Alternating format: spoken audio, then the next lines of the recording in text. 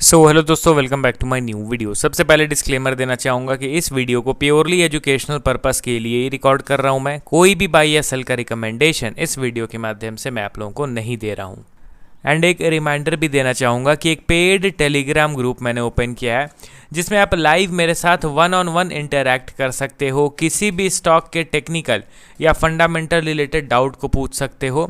And उस group को अगर आपको ज्वाइन करना है तो ज्वाइनिंग लिंक वीडियो के डिस्क्रिप्शन बॉक्स में दिया गया है। वहीं पे मेरा ईमेल आईडी भी मेंशन्ड है, आप चाहें तो मुझे ईमेल भी कर सकते हो। वन टाइम का पेमेंट 3999 रुपीज़ का करके आपको लाइफ टाइम का सब्सक्रिप्शन मिल जाएगा उस पर्टिकुलर टेलीग्राम ग्रुप का। तो चलिए अब हम लोग बढ़ते हैं डायरेक्टली स्टॉक्स की ओर। एंड देखिए, जब मैं ये वीडियो को रिकॉर्ड कर रहा हूँ ना, दोपहर के 2 बज रहे हैं, बाजार क्लोज होने में 1.5 घंटे बचे हुए हैं, तो इसलिए स्टॉक्स के क्लोजिंग प्राइसेस थोड़े से डिफरेंट हो सकते हैं। पहला स्टॉक हमारे लिस्ट में आपके सामने है वरुण बेवरेजेस लिमिटेड। करेंटली 0.4% के माइनर डाउनफॉल के साथ 466 के लेवल पे ट्रेड कर रहा है। अब देखिए दोस्तों, फंडामेंटल वाइज तो आपको भी पता है कि कंपनी ज़बरदस्त है। पी रेशियो अच्छा खासा डिक्रीज हो गया है।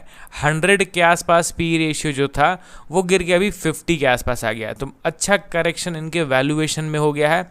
एंड स्टॉक प्राइस वाइज भी डिस्काउंटेड भाव पे आ चुका है। नहीं तो जिस हिसाब से इनके अर्निंग बढ़ रहे थे उतना कुछ खास करेक्शन होना नहीं चाहिए था। बट बढ़िया बात है, ओवर स्ट्रेस्ड बाइंग के बाद एक अच्छा खासा करेक्शन हो गया, तो बढ़िया चीज़ है। ताकि अब जब दोबारा से ये बुलिश मूव के लिए प्रिपेयर होगा तो फिर इंस्टेंटली हम लोग अगेन करेक्शन का उम्मीद नहीं लगाएंगे। एंड होता है ना, कोई स्टॉक कितना ही फंडामेंटली स्ट्रांग क्यों ना हो, कितनी ही ज़बरदस्त अर्निंग क्यों ना आ रहे हो, लगातार ऊपर की ओर उठता चला जाता है ना, तो करेक्शन के चांसेस भी बढ़ जाते हैं। बट एक बार अच्छा खासा करेक्शन हो गया तो ये करेक्शन का जो डर रहेगा ना, वो अब हमारे दिमाग से हट जाता है। इसके बाद क्या होगा, स्लो एंड स्टेडी तरीके से ही बट एट द एंड ये ऊपर की ओर जाने का ही पोटेंशियल रखता है। अब वीबीएल के लेटेस्ट शेयर होल्डिंग पैटर्न पे भी नज़र डालोगे तो कुछ खास वैसा मेजर चेंज नहीं हुआ है। जितना होल्डिंग पहले बिग प्लेयर्स का था उतना ही होल्डिंग अभी भी दिख रहा है। ऐसा नहीं है कि कोई बड़ा स्टेक ट्रिम कर दिया गया है बड़े प्लेयर्स के द्वारा, वैसा कुछ नहीं है। शेयर होल्डिंग में सच कोई मेजर चेंज नहीं हुआ है। अब टेक्निकल वाइज आप इसके चार्ट को थोड़ा ध्यान से देखोगे तो आपको समझ में आएगा कि भले ही यहाँ पे शॉर्ट टर्म में अप्स एंड डाउन्स देखने को मिल रहे हैं, बट अल्टीमेटली ये एक कंसोलिडेशन जोन के पास ट्रेड कर रहा है। अब आप लोग इस जोन के ब्रेकआउट के बाद टारगेट को तो अच्छी तरीके से निकाल लेते हो, बट आपको इस जोन के ब्रेकडाउन के बाद भी तो टारगेट लेवल को निकालना रहेगा ना। क्योंकि अब सपोज कीजिए कि ये एक रेजिस्टेंस है हमारा, ये एक सपोर्ट लेवल है हमारा। अब इन दोनों लेवल्स के बीच में ये ट्रेड कर रहा है फ्रॉम पास्ट 1.5 ईयर्स। तो अब यहाँ पे इस जोन का अगर ये ब्रेकआउट करता है तो सिंपली इसके डेप्थ को मेजर करना है, ऊपर की ओर टारगेट निकालना है, पता चल जाएगा। तो सेम वही चीज़ नीचे के साइड भी होगा दोस्तों। अगर इन केस ब्रेकआउट देने के बजाय स्टॉक ने ब्रेकडाउन दे दिया तो क्या उसके लिए आप प्रिपेयर्ड हो? बिल्कुल भी नहीं। उसके लिए भी तो आपको लेवल्स ड्रॉ करके रखने हैं। हालांकि आप शॉर्ट सेल नहीं करोगे, बट स्टिल आपके माइंड में एक इंपॉर्टेंट फिगर तो याद रहेगा ना कि हाँ भाई, इस जोन के ब्रेकडाउन के बाद नीचे गिर रहा है तो कम से कम ये यहाँ तक गिरेगा। तो उसके पहले अगर बाजार में बड़े प्लेयर्स ट्रैप करने की कोशिश करेंगे तो हम लोग नहीं होंगे ट्रैप। तो इसीलिए एक व्यू क्लियर रहना चाहिए हमारे माइंड में। तो वीबीएल के इस जोन का डेप्थ को सबसे पहले आप मेजर कीजिए कि यहाँ से यहाँ तक में कितना पॉइंट आ रहा है, तो वो है 100 पॉइंट्स। अब यही 100 पॉइंट्स मैं ब्रेकडाउन के बाद यानी इस सपोर्ट लेवल से मेजर करूंगा तो वो 100 पॉइंट्स निकल के आ रहा है अप्रॉक्स देखा जाए तो 321 के आसपास। ठीक है, 321 के आसपास ये जोन के ब्रेकडाउन के बाद टारगेट लेवल निकल के आ रहा है।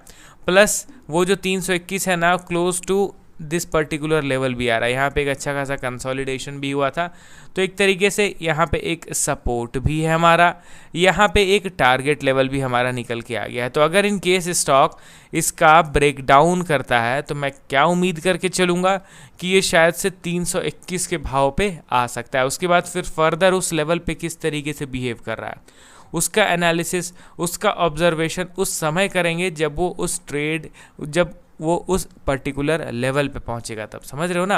अब चलिए बढ़ते हैं हम लोग अगले स्टॉक की ओर। हमारे लिस्ट में आपके सामने है बजाज फाइनेंस लिमिटेड। करेंटली अगर देखा जाए तो ये स्टॉक ट्रेड कर रहा है 1068 के लेवल पे धीरे धीरे करके, मगर इसने सारे लॉसेस को इरेज कर दिया। मतलब अपने ऑल टाइम हाई से जो ये नीचे गिरा था उस हायर लेवल पे ये अल्टीमेटली पहुंच ही गया। मैं डायरेक्टली इसके टेक्निकल पार्ट को कवर करता हूँ, क्योंकि फंडामेंटली वाइज तो ये no doubt extremely undervalued के कैटेगरी में आएगा।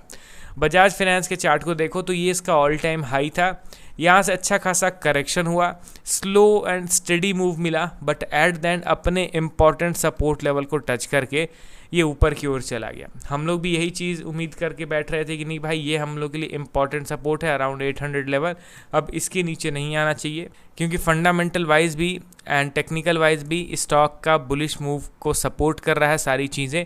तो उस कंडीशंस के हिसाब से हम लोगों ने डिसाइड करा कि नहीं भाई स्टॉक तो ऊपर की ओर जाना चाहिए। हम लोगों ने ऑब्जर्व करा, अब यहाँ पे बजाज फाइनेंस धीरे धीरे करके अपने हायर लेवल पे पहुँच गया है।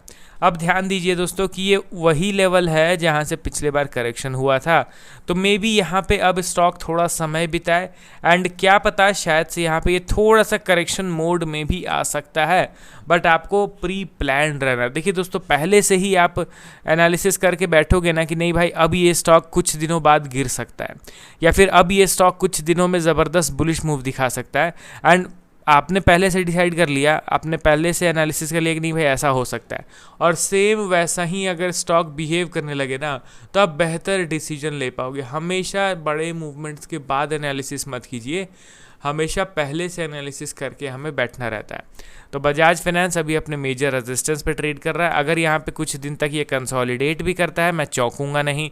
यहाँ से अगर ये धीरे धीरे करके नीचे भी खिसकता है अगर, तो भी मैं ज़्यादा एक्साइटेड नहीं रहूँगा, मैं चौंकूंगा नहीं कि अरे भाई स्टॉक बुलिश था तो नीचे क्यों गिरा। इनफैक्ट ये बुलिश पैटर्न बरकरार रहेगा, मैं वहाँ पे बाइंग अपॉर्चुनिटी आइडेंटिफाई करूँगा रैदर देन सेलिंग अपॉर्चुनिटी। ठीक है, ये बजाज फाइनेंस का मेजर ओवरव्यू मैंने शेयर करा।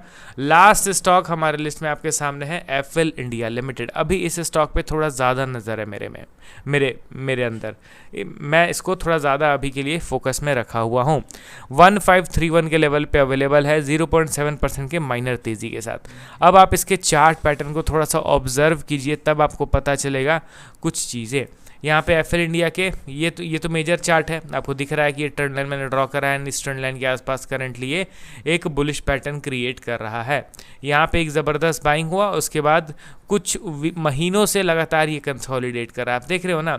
अब इस कंसोलिडेशन जोन में आपको एक सिमिलैरिटी मिलेगा, क्या मिलेगा कि हर एक गुड ग्रीन कैंडल के बाद आपको इंस्टेंटली रेड कैंडल मिल रहा है। आप यहाँ पे ध्यान से देखिए तो आपको मल्टीपल ग्रीन कैंडल्स मिलेंगे and again multiple red candles भी मिलेंगे। यहाँ पे आपको दिख रहा है ना, ग्रीन रेड।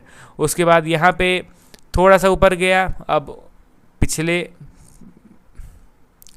पैटर्न की तरह यहाँ पे रेड बनना चाहिए, बट अगर इन केस इस वीक में भी एक अच्छा खासा ग्रीन कैंडल बनता है तो फिर चांसेस आर प्रीटी हाई कि अब इस बार फाइनली ये इस जोन के ट्रैप से बाहर निकल जाएगा, समझ रहे हो ना। और अगर दोबारा रेड बना तब तो एज यूजुअल ये अपने प्रीवियस ट्रेंड को ही फॉलो कर रहा है, बट स्ट्रॉन्ग ग्रीन कैंडल हमें संकेत देगा बिफोर ब्रेकआउट कि ये अब आने वाले समय में जोन को ब्रेकआउट देने वाला है। ठीक है, तो चलिए 3 ओवरव्यू मैंने शेयर करा स्टॉक्स के रिगार्डिंग। मिलता हूँ नेक्स्ट वीडियो के साथ, ओके देन बाय बाय।